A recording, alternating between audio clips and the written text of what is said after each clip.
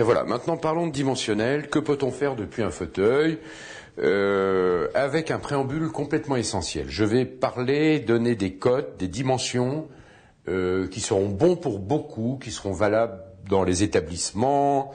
Voilà, mais attention, chez un particulier, il est nécessaire d'avoir le conseil et le dimensionnel fixé par l'ergothérapeute qui saura affiner tout ça en fonction de la déficience de chacun.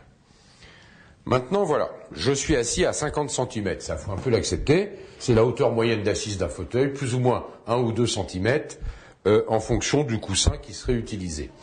Donc hauteur d'assise 50. Passage sous plan de travail, quelle hauteur? Donc 50 cm plus 20 cm, ça sera bon pour beaucoup. Passage sous plan de travail, donc 20 cm l'épaisseur des cuisses. Hauteur au-dessus du plan de travail, 80 à 85. Pourquoi le 85? C'est parce que au niveau du lavabo et de l'évier, on a besoin d'installer des cuves, et une cuve de 10 cm, ça pourrait être un peu délicat, voire même si elle était inférieure à 10 cm. Donc 80 à 85, ça sera bon pour la plupart des gens. Ensuite, le dimensionnel. Donc je suis dans mon fauteuil classique, le plus courant des fauteuils. J'occupe au sol un espace de 80 cm par 130 cm. Et ça s'appelle l'espace d'usage. Donc, depuis ce fauteuil, quelles sont les zones que je puisse atteindre avec ma main? Bon, entre le sol et ma main, et là, si on mesurait, on aurait tout simplement 40 cm. Et on ne mettra rien sous 40 cm dans tout ce qui est cadre bâti. En hauteur, 130 cm, entre ma main et le sol. Donc je résume, rien sous 40, rien au-dessus d'un 30.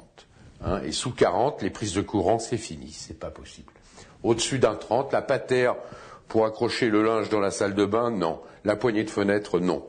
Sous 130.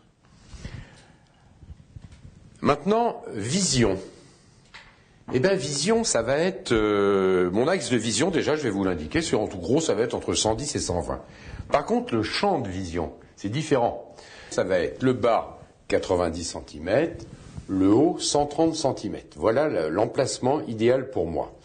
Donc, que ce soit un thermostat, un système portier, vidéo ou autre, il faut placer le matériel entre 90 cm et 130 pour me permettre une lecture facilitée de ce qui est écrit. Sur le devant, 60 cm entre ma main et mon thorax. Sur le côté, ça va être légèrement différent. C'est le même bras, bien sûr, donc c'est 60 cm. Par contre, là, j'ai une gêne, j'ai la coudoir et la roue. Donc là, on va retenir 50 cm. Voilà, je reprécise à nouveau, attention, tout ce dimensionnel est bon lorsque l'on construit dans le cadre de la location, des logements mis à disposition pour la vente.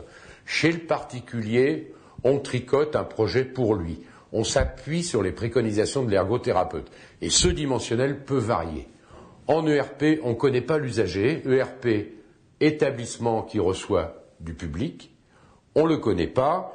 Il est grand, il est petit, il est en fauteuil, il est hémiplégique, c'est-à-dire semi-ambulant. Là, on va faire du réglementaire pur et dur. Voilà, et ce sera bon pour beaucoup, pas parfait pour quelques-uns.